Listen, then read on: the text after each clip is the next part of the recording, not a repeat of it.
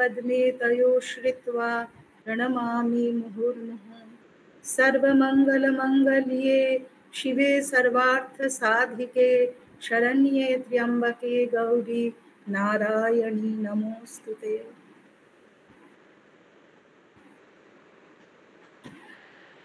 বহুদিনই আমার সংঘমিত্রা সাথে যোগাযোগ, অনেকবার আমায় বলেছে। আমি অত্যন্ত দুঃখিত যে কোনোভাবেই সময়টা আমরা এক হতে পারছি না। ছুটির দিন হলে আমার সুবিধে হতো, রবিবার কিংবা শনিবার বিকেলেও হয়। একেবারে ভরা কলেজের সময় কি করে পারি? আমার ব্যস্ততাটা বড় কথা না, বড় কথা হলো দুটো সময় একসাথে মিলে যাচ্ছে, সেটাই হলো। নইলে ভক্ত সঙ্গ তো আমরাও পছন্দ করি। আর এটা তো বহুদিনের। আপনারা কত বছর এখানে এইটা করছেন? মা 5 বছর। কোভিড এর পরবর্তী বোধহয় নাকি? এটা এখন একটা সুবিধে হয়েছে। এখানে অনিন্দিতা আছে, উমা আছে, এরা আমার সহপাঠিনী। রামকৃষ্ণ সারদা মিশন বিবেকানন্দ বিদ্যাভবন কলেজে আমরা একসাথে পড়াশুনোও করেছি, সুতরাং এরা ভক্তও বটে, বন্ধুও বটে। আর লালি কি এই কলেজেরই ছাত্রী ছিল? না মাতাজি। আচ্ছা আচ্ছা। আজকে আমার বিষয় অবশ্যই মা সারদা দেবী। ঈশ্বরের দুটি লীলা আছে, একটি হলো দেবলীলা, একটি হলো নরলীলা। আমরা যদি দেবলীলার চালচিত্রে নরলীলাটি দেখি তাহলে সে বড় মনোহর, বড় মনোরম। তাই সারদা দেবীর কথা বলতে গিয়ে, ভাবতে গিয়ে আমরা দেবলীলার আঙ্গিকে দেখতে পারি। ঈশ্বরের এই দুটি লীলাই আমাদের ঈশ্বরমুখী করে, ভগবতমুখী করে, আমাদের ভক্তি জাগিয়ে দেয়। সম্প্রতি এই কোজাগরী লক্ষ্মী পূর্ণিমার তিথিতে দেবীপক্ষ সবেমাত্র শেষ হলো। চতুর্দিকে এখন মা মা আমেজ। আমরা কাটিয়ে উঠিনি, কালী পুজো অবধি চলবে। বিজয়া তো কালী পুজো। আচ্ছা, সকলকে বিজয়ার শুভেচ্ছা জানাই, ওটা হয়নি। প্রত্যেককে প্রণাম, শুভেচ্ছা। এখনো বিজয়া শেষ হয়নি। কালী পুজো পর্যন্ত দেবী জাগ্রত, দেবী জেগে আছে। তাই এই সময়ের এই যে সুন্দর একটি চণ্ডী পাঠ, এটি এই যে 4টি চণ্ডী প্রার্থনা, যে 4টি প্রার্থনা আমরা চণ্ডীতে খুঁজে পাই, এই 4টি প্রার্থনা করলেই সমগ্র চণ্ডী পাঠের ফল হয়। এবং ঠাকুর শ্রীরামকৃষ্ণদেব এই কথাও বলেছেন যে শুধুমাত্র শক্রাদয় সুরাঙ্গনানি হাতে ইতিবীরিয়ে, যেটা সেই একটি স্তব করলেও কিন্তু চণ্ডী পাঠের ফল হয়। যদি আমি সবটা নাও করতে পারি, আমি সবটা করার সময় পেলাম, করলাম। আমি সময় পাইনি, 4টি মন্ত্র পাঠ করলাম। আমার সময় খুব কম, আমি একটিও পাঠ করতে পারি। চণ্ডী আমাদের দেয় শক্তি।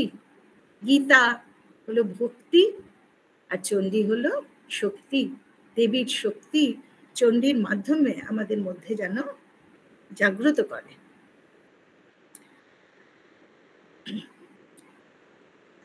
শ্রী শ্রী চণ্ডী, যে দুর্গাপূজা আমাদের সম্প্রতি হয়ে গেল, সেই দুর্গাপূজা প্রধানত যে গ্রন্থটিকে ভিত্তি করে আমাদের দুর্গাপূজার পৌরাণিক আখ্যান আমরা যেখানে পাই, সেটি হলো সপ্তশতী চণ্ডী।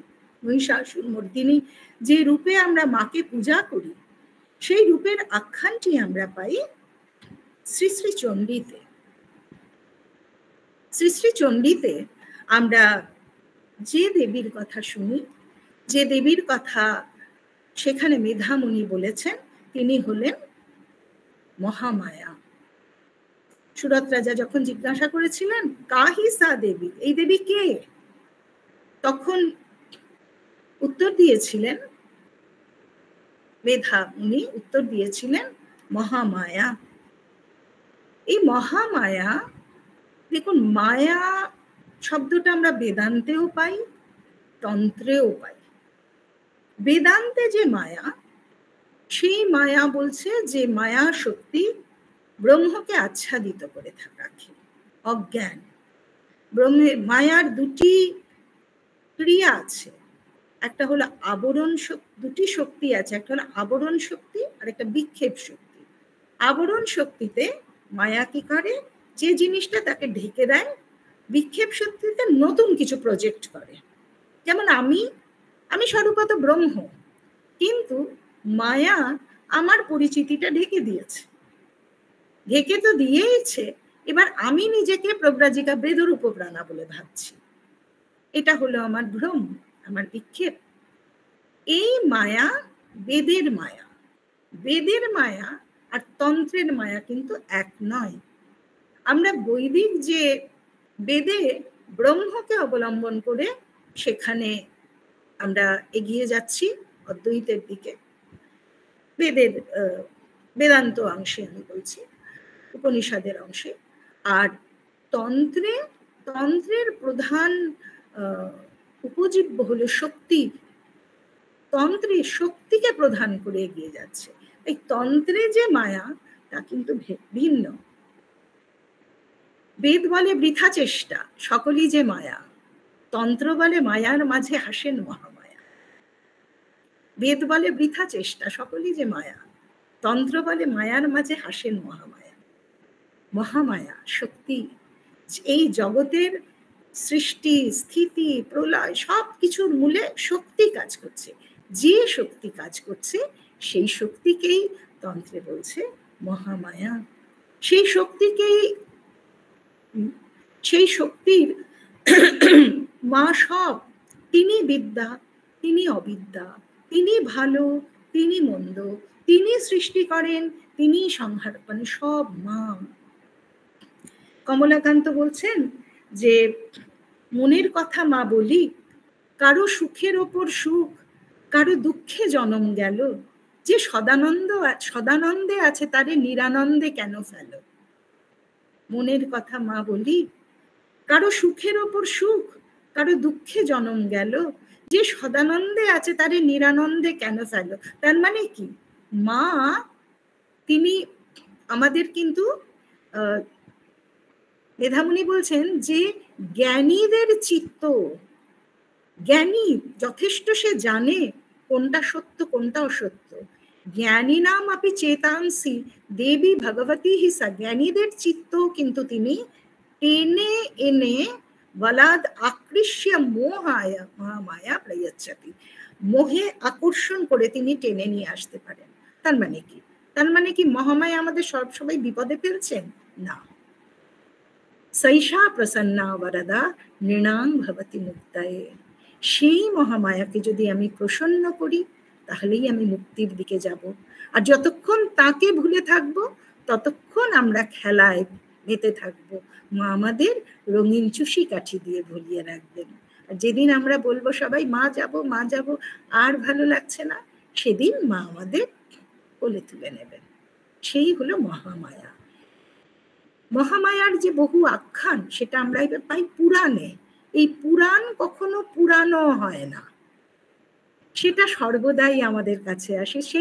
তাই প্রতি দুর্গাপূজাতে, ওই দুর্গাপূজার সময়টিতে আশ্বিনের মাঝামাঝি উঠিল বাজনাবাজি, ওই আমরা যদি দুর্গাপূজায় পূজাটি না হয়, বছরে ওই একবার শরৎকালে সবাই অপেক্ষায় বসে থাকি। কাহিনীটি পৌরাণিক দেবী, দশপ্রহরণ ধারিণী তিনি, মহিষাসুর মর্দিনী, কিন্তু তিনি কখনো আমার মা, কখনো আমার মেয়ে, লক্ষ্মী সরস্বতী তার কন্যা। সুতরাং সব মিলে কেমন একটা ঘরোয়া মা গন্ধ সবেতে। আমার পরিবার, সেই জায়গায় আমি একাত্মতা বোধ করি। এইভাবে পৌরাণিক কাহিনী আমাদের একেবারে নিজের ভেতরের অঙ্গ হয়ে যায়। আমরা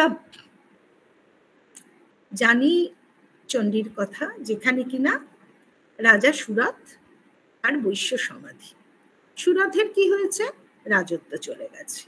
আর সমাধির কি হয়েছে, তার পরিবারের মানুষজন তার প্রতি বিশ্বাসঘাতকতা করেছে, তার টাকা পয়সা কেড়ে কুড়ে নিয়ে তাকে বাড়ি থেকে বের করে দিয়েছে। কি সাংঘাতিক ব্যাপার! এত উপার্জন করলাম, আমার স্ত্রী, আমার সন্তান, আমার কলজের টুকরো সব, তারা আমাকে, আমার টাকা নিয়ে নিল, নিয়ে আমাকে বের করে দিল। দুই দুঃখী মানুষের দেখা হলো মেধামুনির আশ্রমে। তারা গিয়ে দাঁড়িয়েছেন এক সন্ন্যাসীর আশ্রমে। কেন সন্ন্যাসী? সন্ন্যাসী সাম্রাজ্যগুলোর বাইরে, যে সুরত রাজা রাজ্যহারা। আপনারা ভেবে দেখুন, আমাদের প্রত্যেকের জীবনে দুঃখ এই দুটোই। একটা হলো হয় আমাদের মান, সম্ভ্রম, ক্ষমতা, প্রতিপত্তি চলে যাচ্ছে। আমি একটা পজিশনে ছিলাম, সেখান থেকে হঠাৎ আমাকে কেউ আর গুরুত্ব দিচ্ছে না। এটা এক ধরনের কষ্ট, যথেষ্ট কষ্ট এটা। আমার সব আছে, খাওয়া দাওয়া এই সব রয়েছে, কিন্তু আমি একটা জায়গায় পৌঁছতে চাই, একটা প্রতিষ্ঠা চাই। সেই প্রতিষ্ঠা হয় পাচ্ছি না, নয় পাওয়ার পরে এক সময় আমাকে সেখান থেকে কেউ সরিয়ে দিচ্ছে, আমার বিরুদ্ধে সমালোচনা হচ্ছে, এ কথা বলছে, ও কথা বলছে, আমি কাজ করছি তার কোনো গুরুত্ব পাচ্ছি না। এটা একটা সমস্যা। দ্বিতীয় সমস্যা হলো সম্পর্কের সমস্যা। সম্পর্কগুলি আমাদের ভেঙে ভেঙে যায় অনেক সময়। যার উপরে ভরসা করি, বিশ্বাস করি, সে ভরসা বিশ্বাস রাখে না। একজন হলেন রাজা, তার ক্ষমতা হারিয়ে যাচ্ছে। একজন হলো ব্যবসায়ী, তার সম্পর্ক তাকে বিশ্বাসঘাতকতা করেছে। চিরকালীন দুটো সমস্যা নিয়ে এই মানব জাতির, সমগ্র মানব জাতির দুই প্রতিনিধি এসে দাঁড়িয়েছেন এক সন্ন্যাসীর কাছে। কারণ সন্ন্যাসী এই দুটোর কোনোটার মধ্যেই থাকেন না, তাই তিনি নিরপেক্ষভাবে বিচার করতে পারবেন। দুটোর বাইরে বিচারককে কিন্তু ইম্পার্শিয়াল হতে হয়, নিরপেক্ষ হতে হয়। তার কোনোটার দিকে পাল্লা ঝুঁকে গেলে মুশকিল। এখন তার সম্পর্কের বালাইও নেই, তার ক্ষমতার বালাইও নেই, দুটোই ছেড়ে ছুড়ে সে বসে আছে। সে কারণে তার কাছে গিয়ে দাঁড়িয়েছেন দুজনে। এবারে এই যে তারা যখন গিয়ে দাঁড়ালেন, তখন প্রশ্ন করছেন তারা যে সমস্যাটা কোথায় জানেন? আমরা তো বাড়ি ছেড়ে চলে এসেছি, আমাদের সাথে খুব খারাপ ব্যবহার হয়েছে, কিন্তু অসম্ভব কষ্ট হচ্ছে যে ছেলের জন্য। যে ছেলেটা আমায় তাড়িয়ে দিল, আমার তো তার জন্যই মন কেমন করছে, আমার তো আমার স্ত্রীর জন্য মন কেমন করছে। রাজা বলে আমার ঘোড়াটা খেলো কিনা, চাকরেরা ঠিক করে সবকিছু দেখলো কিনা, আমার তো সেজন্য মন কেমন করছে। দুজনেরই বলছে আপনি বলুন এই মন কেমনের কারণটা কি? আমরা তো বেশ ছেড়ে চলে এলাম, তবু কেন এত মন কেমন করে? তখন মেধামুনি বলছেন মহামায়া। বলে তিনি নিত্যা, তার কোনো উৎপত্তি নেই, বিলয় নেই, কিছু নেই, কিন্তু তিনি দেবজগণের প্রয়োজনে আবির্ভূত হন। এখানে দেবগণকে এটা মনে রাখতে হবে। দেখুন গীতার সাথে একটা সুন্দর মিল আছে। গীতায় যেমন বলা হচ্ছে যদা যদা হি ধর্মস্য গ্লানির্ভবতি ভারতাভ্যুত্থানম, যে অধর্মের অভ্যুত্থান হলে সাধুদের পরিত্রাণের জন্য আমি আবির্ভূত হই, ঠিক সেরকম এখানে বলা হচ্ছে দেবানাং কার্য সিদ্ধ্যর্থম আবির্ভবতি সা যদা উৎপত্তিতি তথা। তিনি উৎপন্ন হন কখন বলা হয়? যখন দেবতাদের কার্যসিদ্ধির জন্য তিনি উৎপন্ন হন। দেবতা, দেবতা মানে কি একেবারে অন্য গ্রহের কোনো জীব? তা নয়। দেবতা আমাদের দেব স্বভাব। এই যে সাধুনাং পরিত্রাণায় সাধুনাং, এই সাধু স্বভাব হলো দেব স্বভাব। দেব স্বভাবের প্রয়োজনে বারে বারে দেবী আবির্ভূতা হন, নানা রূপে, নানাভাবে। আমরা পুরাণে দেখছি, চণ্ডীতে আমরা দেখছি যে প্রথম তার আবির্ভাব হচ্ছে মধুকৈটব বিনাশের সময়। মধুকৈটব বিনাশের সময়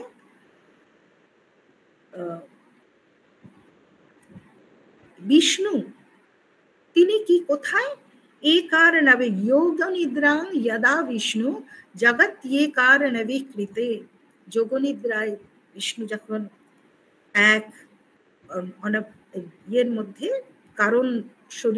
কারণ সলিলে তিনি যখন নিদ্রামগ্ন, কিভাবে নিদ্রামগ্ন হয়েছে? যোগনিদ্রা, যোগনিদ্রাতে তিনি আসছেন। এই যোগনিদ্রায় সব আচ্ছন্ন হয়ে গেছে। এমনি নিদ্রা, রাত্রি আমাদের নিদ্রা সুখ দেয়। নিদ্রা কিন্তু মায়ের একটা রূপ। কেন মায়ের? যদিও তমোগুণ, মা কেন? কারণ নিদ্রা যদি আমাদের ওই রেস্টটা না দেয়, আমরা কিন্তু পরের দিনের কাজের উৎসাহ পাবো না। তাই নিদ্রা একটা মাতৃরূপ, মহানিদ্রা। নিদ্রার আর একটা নিদ্রা হয় প্রলয় কালে। সেই সময়ে সমস্ত কিছু নিদ্রাতে চলে যায়, সব কিছু, গোটা সৃষ্টি। প্রলয় মানে কি? সেটাও কিন্তু একটা রেস্ট। আমরা ভাবছি বাবা মহাপ্রলয় হয়ে গেল, নো নো নো, সেটাও বিশ্রাম। নতুন সৃষ্টি, নতুন উদ্যমে শোনে।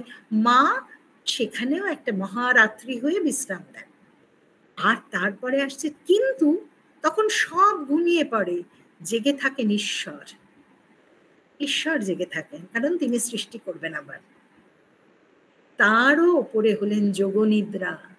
তখন তখন মা ঈশ্বরেরও শক্তি, ঈশ্বরী, ঈশ্বরকে ঘুম পাড়িয়ে দেন। তখন ঈশ্বরও ঘুমিয়ে থাকে। তখন কি করে ঈশ্বর? কি করে? তিনি কি অচেতন ভাবে ঘুমন সাধারণ মানুষের মতো? যে না, যোগনিদ্রায় বিষ্ণু কি করছিলেন? আস্তিরিয়া শেষম অভজত, অভজত, ভজনা করছিলেন। কল্পান্তে ভগবান প্রভু তিনি ভজনা করছিলেন। কার ভজনা করছিলেন? মায়ের ভজনা করছিলেন। যখন সব ঘুমিয়ে গেছে, ভগবান বিষ্ণু ঘুমিয়ে পড়েছেন যোগনিদ্রায়, কিন্তু তিনি ডাকছেন মনে মনে। কাকে ডাকছেন? মাকে ডাকছেন, শক্তিকে ডাকছেন, ঈশ্বর শক্তিকে ডাকছেন।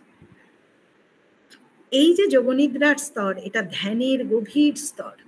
আমাদের মনে করুন ষোড়শী পূজার সময়, ষোড়শী পূজার সময় সেই অষ্টাদশীকে পুজো করতে বসেছেন ভগবান বিষ্ণু, প্রত্যক্ষ বিষ্ণু পুজো করতে বসেছেন। তাকে পুজো করলেন। তারপর অভজত, ভগবান ভজনা করছেন। ভগবান ভজনা করেন কে? কাকে? সেই ঈশ্বরী। কোন ঈশ্বরী? যার সেই ক্ষমতা আছে ঈশ্বরের ওপরে যান। কে তিনি? যোগনিদ্রা, মহারাত্রি, কালরাত্রি, সারদা দেবী। সেই রূপ তিনি সেখানে গ্রহণ করছেন ঈশ্বরের পূজা। গ্রহণ করতে করতে দুজনে গভীর ধ্যানে মিলিয়ে গেলেন। সেই নিদ্রার, সেই ধ্যানের গভীরে মা এবং ঠাকুর রয়েছে। আমরা পুরাণে জানি মধুকৈটব, মধুকৈটব আসুরী শক্তি জাগ্রত হলো। ব্রহ্মা পদ্মের মধ্যে ছিলেন, লুকিয়ে পড়লেন পদ্মের নালে, মেরে ফেলবে তো। ব্রহ্মাও ভয় পায়। তারপরে তিনি প্রার্থনা করতে শুরু করলেন দেবীকে। ব্রহ্মা দেখছেন বিষ্ণু কাজ কোনো উপায়, বিষ্ণুকে কোনো লাভ নেই ডেকে ঢুকে। বিষ্ণু উঠতেই পারবে না যদি না মা তোলে। মা তো ঘুমিয়ে পাড়িয়ে যাই, ঘুমাও। মা তো ঘুম পাড়িয়ে দিয়েছে, তো কোনো ক্ষমতাই নেই এখানে বিষ্ণুর হাত পা বাঁধা। বলছে ঘুমো। বিষ্ণু ঘুমোচ্ছে।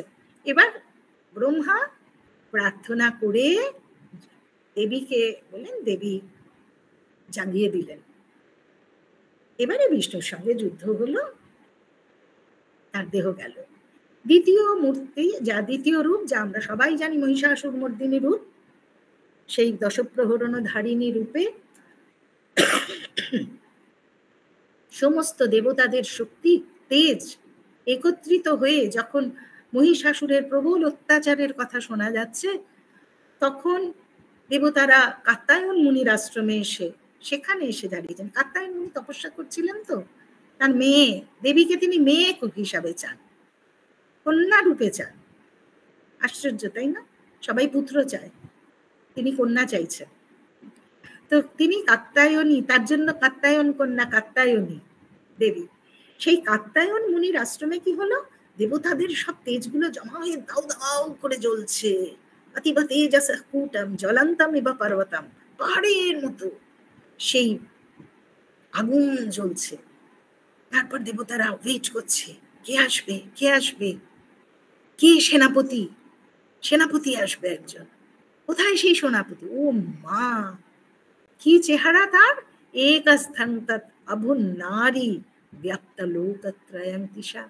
3 লোক ব্যক্ত করে এক মহিলা, এক রমণী রূপ, এক নারী রূপ, না কোনো সেনাপতি রূপের কার্তিকেয়, ইন্দ্র, কোনো পুরুষ রূপ এলো না, এলো এক নারী মূর্তি। কেন? কারণ শক্তিগুলো তো সব দেবী শক্তি। দেবতাদের কাছ থেকে যত শক্তি এসছে সব তো দেবীরই শক্তি।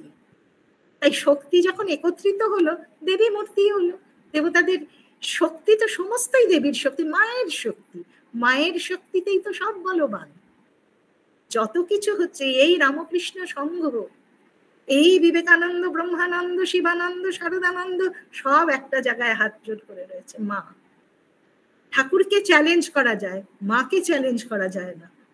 যখন স্বামীজি বেলুন মঠ তুলে দেবার কথা বলছেন, কি বলির কথা বলছেন, যা কিছু বলছেন তিনি উইদাউট চ্যালেঞ্জ, যার কথা নতমস্তকে মানছেন তিনি হলেন মা। মার কথা তিনি মানছেন। মহিষাসুর বধ হলো। দেবতাদের সমস্ত কিছু অস্ত্রে সজ্জিত হয়ে, অলঙ্কারে সজ্জিতা হয়ে, খুব সুন্দর। এটা একটা বেশ ভালো লাগে ভাবতে, ধ্যানের, যে মাকে তো প্রথমে অস্ত্র দিলেন তারা, তারপরে মনে হলেন মা যে মেয়ে শরীরে এসছেন, তো মাকে কি অমনি করে ন্যাড়ামুড়ো শুধু অস্ত্র দেয়া যায়? না না, একটু গয়না দিই। তখন গয়না, প্রথম কিন্তু গয়না দেননি, প্রথম আত্মরক্ষার জন্য সব অস্ত্রগুলো দিয়ে গেছেন, তারপরে মাকে গয়না দিয়ে সাজাতে শুরু করলেন। তারপরে মনে হলো একটা বর্ম দিতে হবে। এবার বর্ম দেওয়াতে কি হলো? ঢেকে গেল তো গয়নাগুলো। তখন আবার আমলানা পঙ্কজাং মালাম, জলধিতাকে একটা এমন পদ্মের মালা দিলেন বর্মর ওপর দিয়ে। না না, মাকে গয়না ছাড়া রাখাই যাবে না। সন্তান সব সময় চায় মার কণ্ঠে কর্ণে যেন গয়না থাকে। যখন বৈধব্যের জন্য, ইদানিং ওটা হয় না, ভগবানের কৃপা, অলংকার ছাড়ে না। আগেকার দিনে ইট ওয়াজ আ ট্রমা বাচ্চাদের ক্ষেত্রে, যখন মা গয়না খুলে ফেলতো এবং রঙিন শাড়ি খুলে ফেলতো, ওটা সহ্য করা যায় না। তো সন্তান কখনো মাকে নিরাভরণা দেখতে পারে না, সেই জন্য বর্মটা পুড়িয়েও আবার মাকে একখানা আমলানা পঙ্কজাং মালাম, পদ্ম ফুলের মালা পরিয়ে দিয়েছেন মাকে। তারপরে আবার অশূন্য সুরাপাত্র দিয়েছেন। কেন? মা, মহিষাসুর তো মায়ের সন্তান, তাকে মা মারবেন? তার আগে যে মা গো, একটু এই তোমার যেন একটু মাথাটা অন্যরকম থাকে, তাই তোমায় সুরাপাত্র দিচ্ছি। যার জন্য আগে উনি বলেন গর্জা গর্জা ক্ষণাং মূঢ়া মধু ইয়াবৎ পিবাম্যহম, আমি যতক্ষণ মধুপান করি তুই গর্জন কর, তারপরে তোকে আমি শেষ করব। তারপরে তিনি অস্ত্র নিলেন। যাই হোক, মহিষাসুর যখন শেষ হয়ে, মহিষাসুর বধের পরে দেবতারা দেবীকে স্তব করছিলেন যখন, সেখানে স্তবের পরে দেবী তাদের বলছেন, বাবা কি চাও তোমরা? তখন এই দেখুন দেবতাদের স্বভাব। দেবতারা কিন্তু দেবস্বভাব সেটাই যাদের স্বার্থপরতা থাকে না। যার যত কম স্বার্থপরতা সে তত দেবস্বভাব বিশিষ্ট, সেই দেবতা। মানুষই তো দেবতা হয়ে যায় না? তো পৌরাণিক উপাখ্যানের মধ্যে এমন কিছু, হয়তো তাদের আমরা ভাবি এই এত মুকুট, এত কানে, এই চেহারা, ওই চেহারা, কিন্তু আমরা যদি ভালো করে পড়ি আমরা দেখি তারাও ভয় পাচ্ছে, তারাও বিপদে পড়ছে, তারাও মামা করে ডাকছে, এবং কিন্তু তারা দেবতা কেন? তাদের স্বভাবটি পরোপকারী স্বভাব। তারাও তো ভোগ করছে, তারাও অপ্সরা নিয়ে বসে আছে, কিন্তু তারা অপরের জন্য কল্যাণ কামনা করে, তাই তারা দেবস্বভাব। ভোগে থেকেও দেবস্বভাব, তার মানে সংসারে থেকেও দেবতা হওয়া যায়। জিনিসটা কি চাই? সেটা হলো আমার একটা মন চাই, যেটা আমাকে অতিক্রম করে অন্যের জন্য ভাববে। তো দেবতারা কি বলছেন? মা যখন তাদের বলছেন, বাবা কি চাও তোমরা? তো দেবতারা বলছেন, মা তুমি তো আমাদের সব বিপদটা কাটিয়ে দিলে, আমাদের কিছু দরকার নেই মা, তোমার কাছে কিছু চাইবার নেই, কিন্তু আমাদের মতো বিপদে পড়ে যদি কেউ কখনো তোমায় ডাকে, তখন কিন্তু তুমি এসো তাদের জন্য। শুধু এই কথা বলছেন আমরা যদি ডাকি তাহলে এসো। বলছে মা আমাদের মতো বিপদে পড়ে যদি কেউ কখনো তোমায় ডাকে তুমি জানো তখন এসো, এইটা দেবতার প্রার্থনা।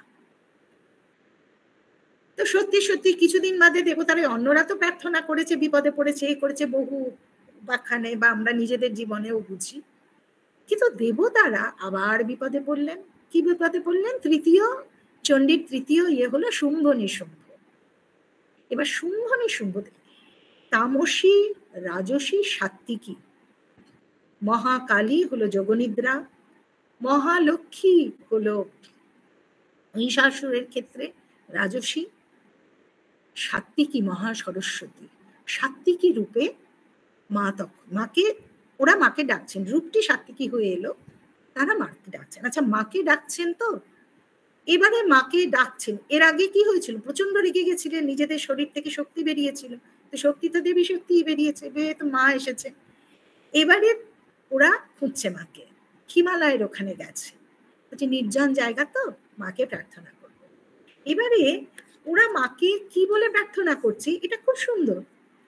ওরা বলছে ইয়া দেবী সর্বভূতেষু বিষ্ণু মায়েতি শব্দিতা, ইয়া দেবী সর্বভূতেষু চেতনেত্যভিধীয়তে, ইয়া দেবী সর্বভূতেষু বুদ্ধিরূপেণ সংস্থিতা।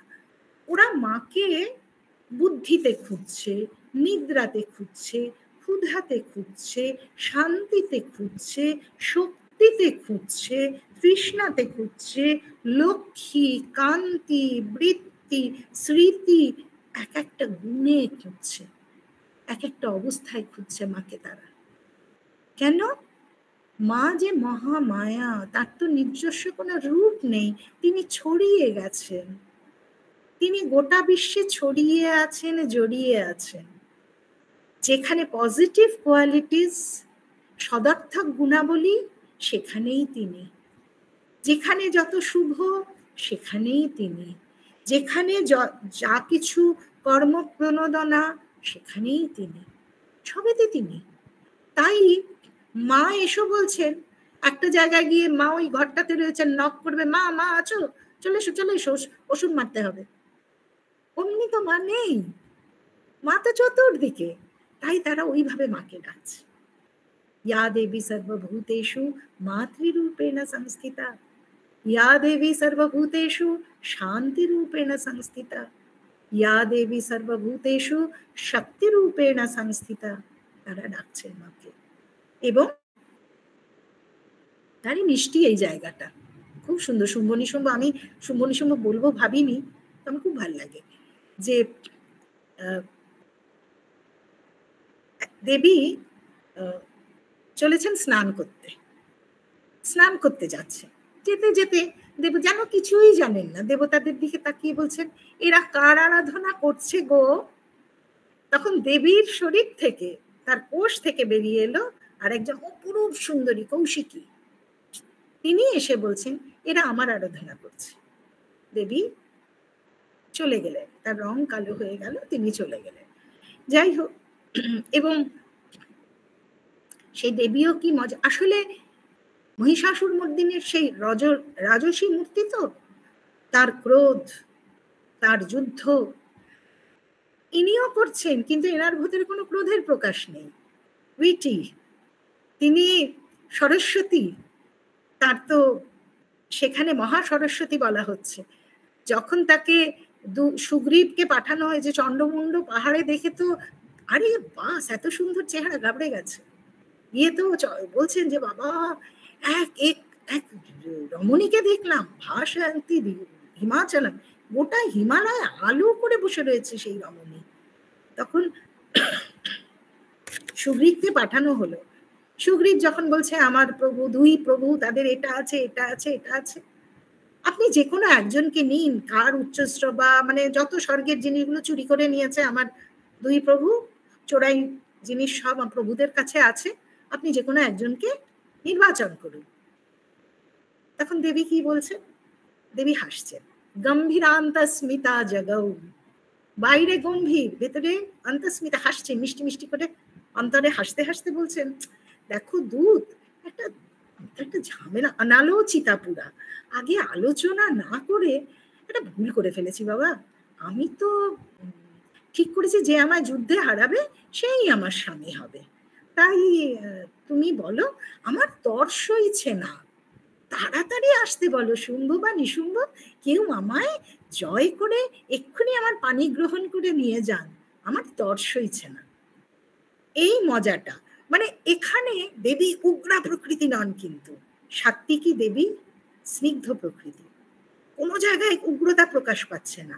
একবার শুধু একটা ধমক লাগিয়েছেন, বাদ বাকি সময়ে তিনি মিষ্টি মিষ্টি হেসে যুদ্ধ করছেন।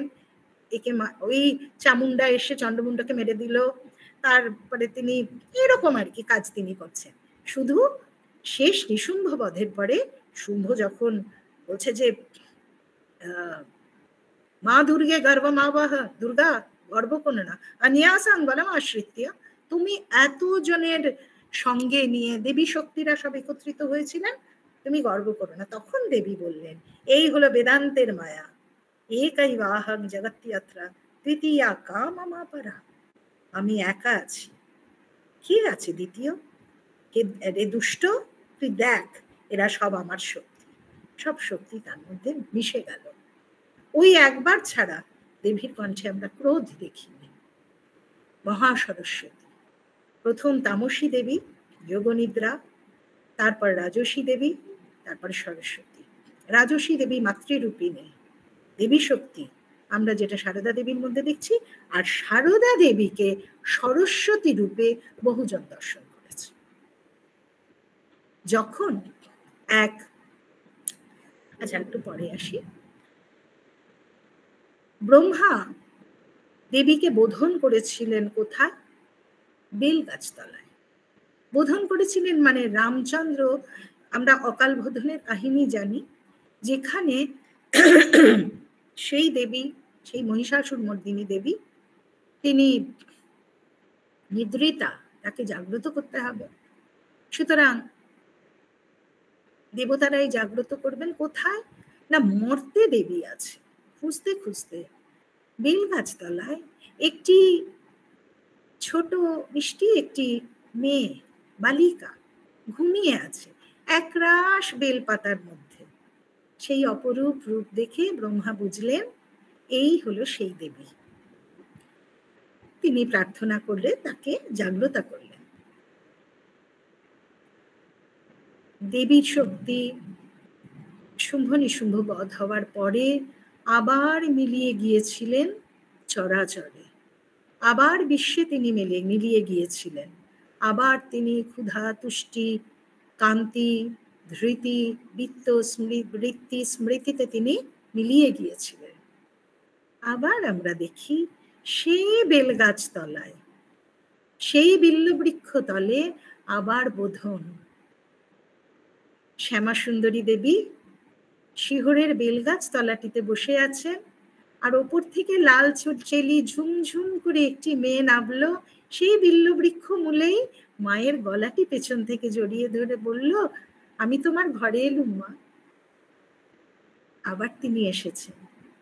এবারেও আমরা দেখি কি তার মধ্যে সেই দেবী শক্তি, যুদ্ধংদেহী দেবী শক্তি নয়, সাত্ত্বিকী ভাবে এবার সত্যগুণের ঐশ্বর্যে তিনি এসেছেন। এবারেও তার মধ্যে সেই শান্তি, যে গুণগুলো দিয়ে দেবতারা ডেকেছিলেন মাকে, সেই গুণগুলির একেবারে সমাহার হয়ে মা এসেছেন। সেই গুণগুলো, সেই শান্তি, কান্তি, ক্ষমা, সেই মাতৃরূপ, সেই তুষ্টিরূপ, সেই রূপের সমন্বয়ে মহাসাত্ত্বিকী দেবী। একবার একটি ছেলে, কম বয়সী ছেলে, তার দীক্ষা নেবার ইচ্ছা হয়েছে স্বামীজির কাছে, খুব ইচ্ছা হয়েছে স্বামীজির কাছে দীক্ষা নেয়। তারপরে স্বামীজি তাকে বলেছেন যে, স্বামীজির সাথে দেখা করেছে, স্বামীজি বলছেন, আমি তোমার গুরু নই, তোমার যিনি গুরু তিনি আমার চেয়েও মহাশক্তিশালী। ও বিশ্বাস করেনি, ওই স্বামীজি আমাকে ইয়ে করতে চান, আমাকে দিতে চান না আর কি, সেই জন্যই এরম বলছেন। সে সময় তিনি স্বপ্ন দেখলেন যে একজন মহিলা শ্বেত শুভ্র বসন তাকে দীক্ষা দিচ্ছে। তিনি স্বামীজিকে বললেন, গিয়ে বলেছেন যে তিনি কি সত্যিই দেখলেন নাকি এটা তার মনের ভ্রম, মনের আকাঙ্ক্ষা। তিনি স্বামীজিকে গিয়ে বলেছেন। তখন স্বামীজি বলেছেন, তুমি ঠিকই দেখেছ, তিনি এখন মহা সরস্বতী রূপে আবির্ভূতা। লক্ষ্য করুন, শ্রীরামকৃষ্ণদেব বলছেন ও সারদা সরস্বতী জ্ঞান দিতে এসেছে। সরস্বতী শব্দটাও বারবার ব্যবহৃত হচ্ছে। সারদা, শঙ্করাচার্য যে সারদাকে, সেটা তালব্যসায় আকার, হৃদয়াকার, শৃঙ্গেরি মঠে যে দেবীকে প্রতিষ্ঠা করেছেন তিনি সরস্বতী। এখানেও সারদা, সরস্বতী, সরস্বতী এসেছেন। এই সরস্বতী হলো, আমরা যে বিদ্যার দেবী সরস্বতী বলছি শুধু তাই নয়, তিনি সেই মহা সরস্বতী, সেই মহামায়া, সেই মহামায়ার সাত্ত্বিকী রূপ, তিনি আবির্ভূতা হয়েছেন। তো স্বামীজি বলছেন, তুই ঠিক দেখেছিস, তিনি মহা সরস্বতী, তবে ভেতরে বগলা মূর্তি, মানে রুদ্র মূর্তি তার ভেতরে, মানে দরকারে তিনি সেই যুদ্ধ আমরা দেখেছি প্রয়োজনে মার কি রুদ্র রূপ তিনি ধারণ করতে পারেন। কিন্তু সাধারণভাবে তিনি কিন্তু, যেমন আমরা শুম্ভ নিশুম্ভ বিনাশিনী মার ক্ষেত্রে দেখছি প্রয়োজনে রুদ্র মূর্তি, কিন্তু সেটাও কি স্নিগ্ধভাবে, সেই রূপে আমাদের সারদা দেবী। মায়ের মধ্যে আমরা দেখি, মাকে যখন কেউ বলছে, প্রথম এটা হলো বিষ্ণু মায়েতি শব্দিতা, তিনি হলেন বিষ্ণু মায়া। চণ্ডীতে বলছে, মাকে যখন একজন বলছেন, মা আপনি তো দেখছি ঘোর মায়ায় বদ্ধ, মা চট করে স্লিপ অফ টাং, এগুলো মার কয়েকটা স্লিপ অফ টাং হতো। মা কি বলছেন, কি করব মা, নিজেই তো মায়া। সাধারণত বলতেন না, নিজের কোনো প্রকাশ নেই, হাট করে মুখ দিয়ে বেরিয়ে যেত। যখন রাধুকে দেখে কেউ বলছে, মা আপনি তো দেখছি ঘোর মায়ায় বদ্ধ, যে কি করব মা, নিজেই তো মায়া। তিনি চেতনাত্য ভিদিয়াতে, তিনি চেতনা, তিনি যে কতজনকে দীক্ষা দিয়ে চৈতন্যে প্রতিষ্ঠিত করেছেন তার ইয়ত্তা নেই। ঠাকুর কজনকে করেছেন, নিজেই তো বলতেন, মা বলতেন যে নিজে ভিজে বুঝে নিয়ে আমার কাছে পিঁপড়ের সার ঠেলে দিয়েছে। কিন্তু সেই পিঁপড়ের সার তো ওখানেই শেষ হয়নি, তার জীবদ্দশায় পিঁপড়ের সাররা শেষ হয়নি, তারপরেও পিঁপড়ের সার চলছে। তার কারণ বলে গেছেন যে যারা আসবে তাদের জন্য আমি মা। সুতরাং পিঁপড়ের সার লাইন করে কিন্তু চলছে। আমি কেউ বলছিলেন, শুনছিলাম একটা জায়গায়, যে বেলুড় মঠে মায়ের ওই ছোট্ট মন্দিরটা সব সময় ভিড়ে গিজগিজ করছে। বড় মন্দিরে ড্যান ট্যান করে কেউ একটু বসারে, কিন্তু হাত জোর করে মুখটার দিকে তাকিয়ে যত মনের কথা বকবক করে বলা, সেটা কিন্তু মা, বেলুড় মঠের মায়ের মন্দিরে। তাই চেতনা চৈতন্য করে দিয়ে চলেছেনই তিনি, আগেও করেছেন, এখনো তিনি তাই করে চলেছেন। আমি প্রতিটি ইয়ের কথা বলছি না। মা হলেন শক্তি স্বরূপী, শক্তি রূপেণ সংস্থিতা। তিনি নিজে কিন্তু একসময় বলেছিলেন যে আমি সেই চিরপুরাতন আদ্যা শক্তি, জগতের কল্যাণে আবির্ভূতা হয়েছি। মা নিজের মুখে একসময় বলেছেন।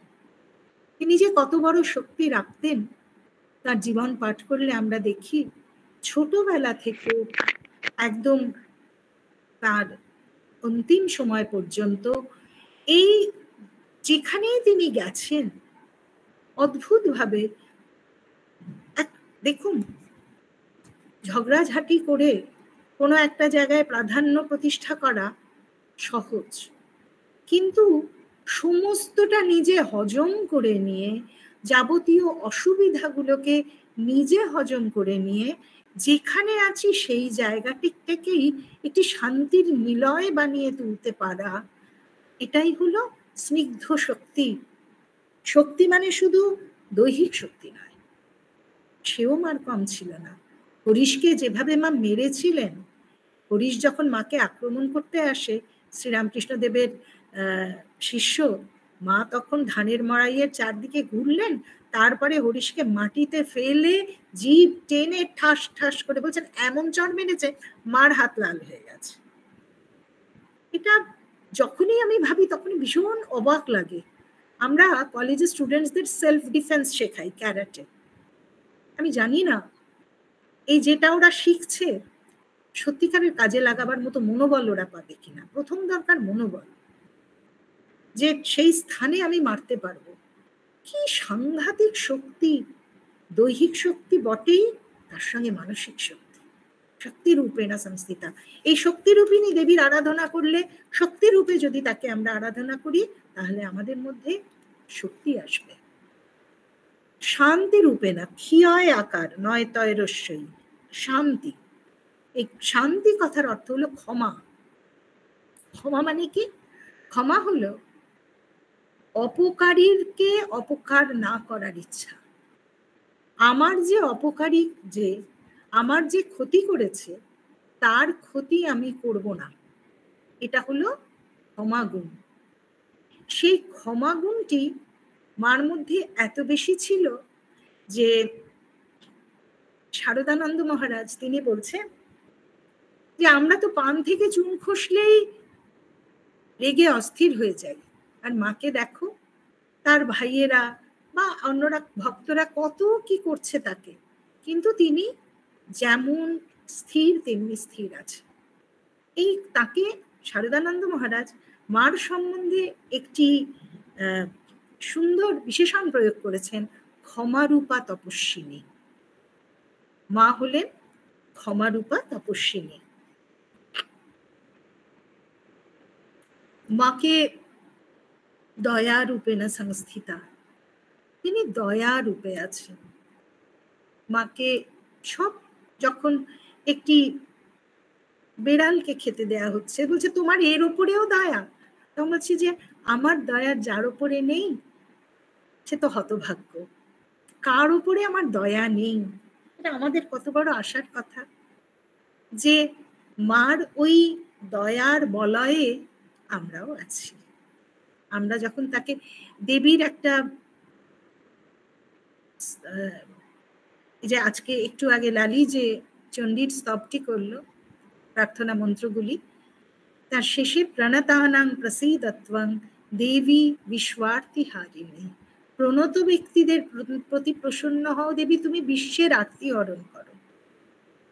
ত্রৈলোক্যবাসিনা মিডিয়ে লোকানাং বরদা ভবা।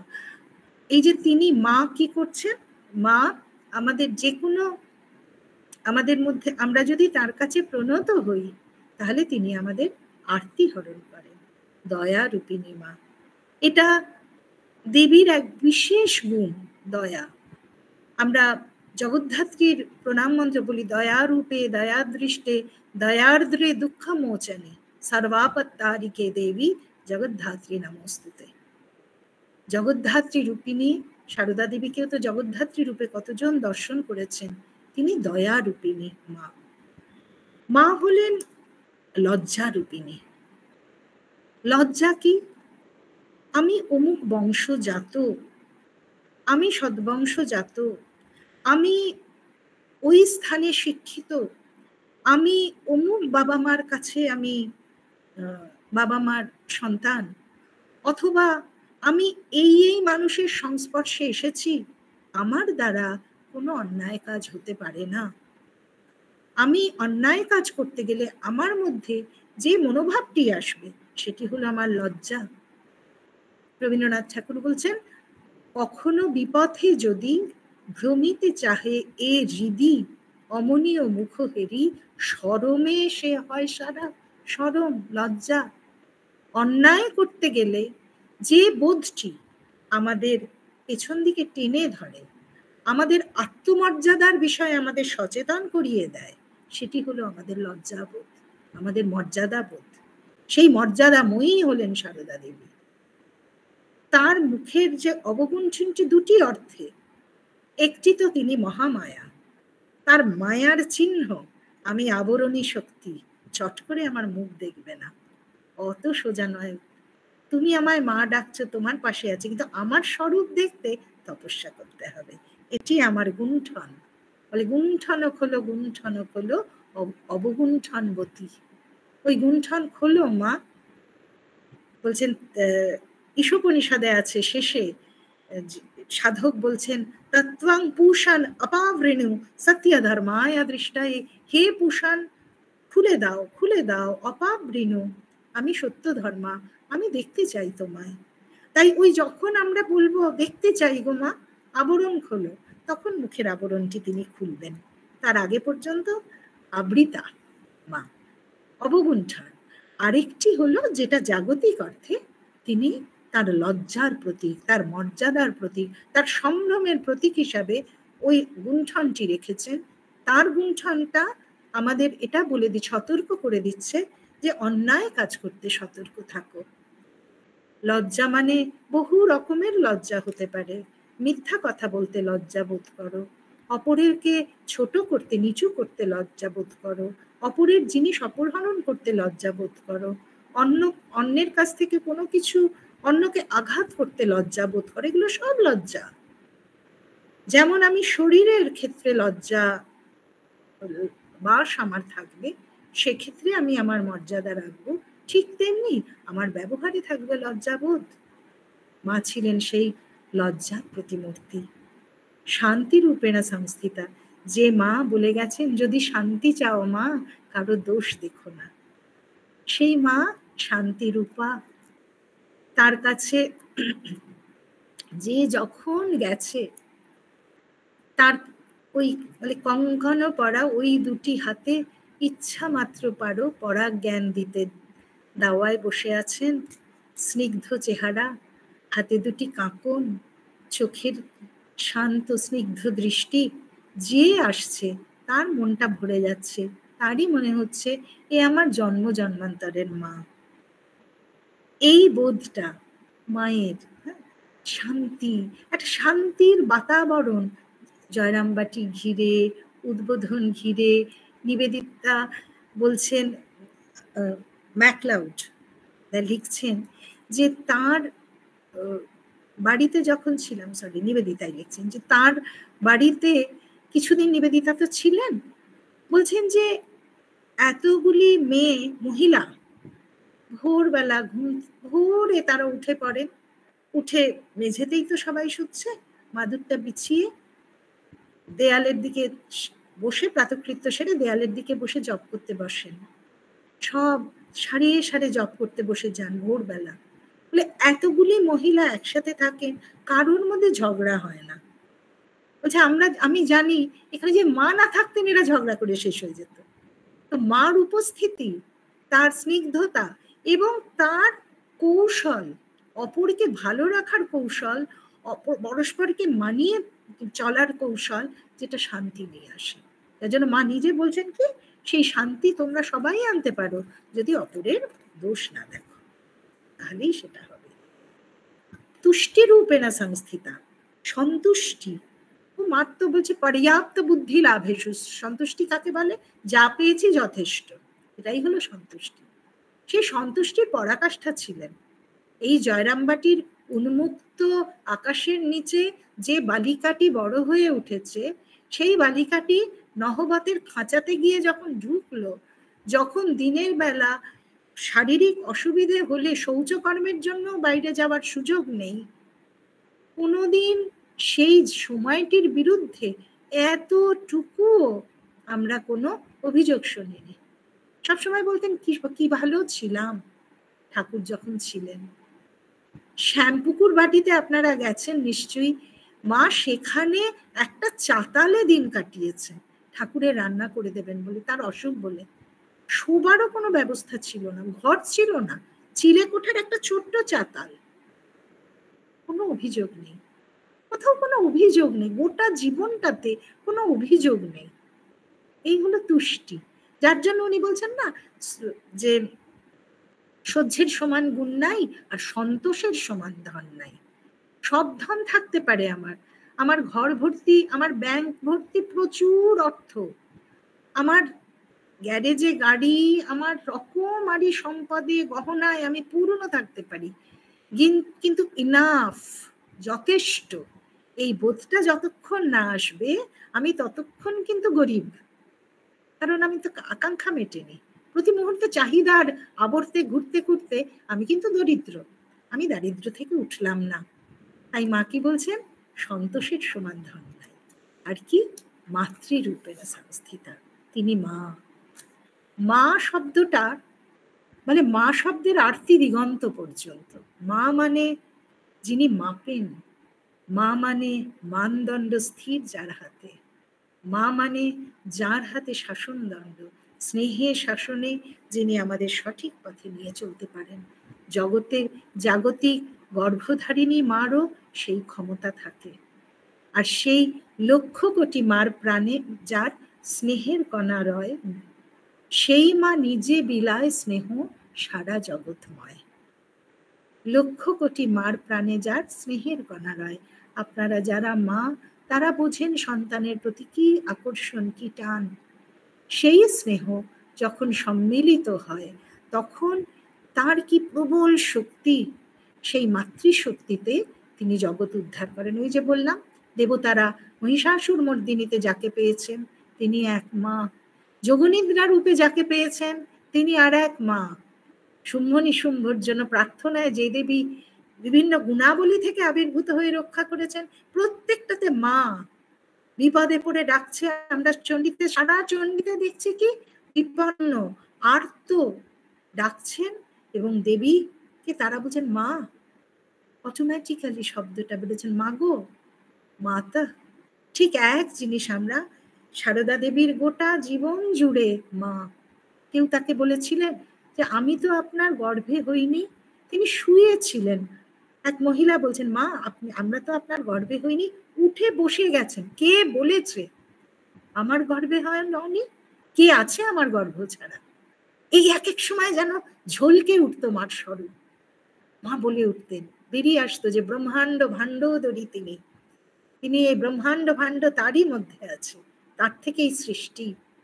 সেই জিনিসটা যেন চলে আসতো মার কথায়। সেই মা, সেই জগৎ জননী, সেই সরস্বতী রূপা, মহা সরস্বতী, মহাকালী, মহালক্ষ্মী, সবই মা। লক্ষ্মীর একটি নাম হলো মা। লক্ষ্মীর অনেক নামের মধ্যে একটি নাম হলো মা। মাধব, ধব কথার অর্থ হলো স্বামী, যার জন্য আমরা বলি সধবা, বিধবা। ধব বিযুক্ত হলে বিধবা, ধব সহযোগে সধবা। মাধব হলো মার যে ধব, মার যে স্বামী বিষ্ণু, সেখানে মাকে, মা হলো লক্ষ্মী। তাহলে তিনি মহালক্ষ্মী রূপে মা, সেই মাতৃরূপিণী। সবেতেই সারদা দেবীকে আমরা দেখি বিরাট শক্তি রূপে আমাদের কাছে তিনি এসেছেন। সেই কল্যাণী মা আমাদের কাছে এখনো রক্ষা করে চলেছেন। যখনই আমরা তাকে ডাকি, আপনারা সবাই, আমি জানি, নিশ্চিতভাবে জানি, তার সাড়া পান। আপনারা যারা মাকে ডাকেন, মার কাছে আসেন, এইভাবে একসাথে বসেন, সবাই মাকে ভালোবাসেন। কেন? সাড়া তো পান, ওটা তো অস্বীকার করলে চলবে না। নইলে আপনারাও এইভাবে সব ছেড়ে ছুড়ে এমন ভাবে মাকে নিয়ে মেতে থাকতে পারতেন না, ঠাকুরকে নিয়ে মেতে থাকতে পারতেন না। সুন্দর এই প্রতিষ্ঠানে এত সুন্দরভাবে আপনারা সব ব্যবস্থা করছেন, আমার খুব ভালো লাগলো। সকলের মঙ্গল হোক, মা জগৎজননী আপনাদের সবার কল্যাণ।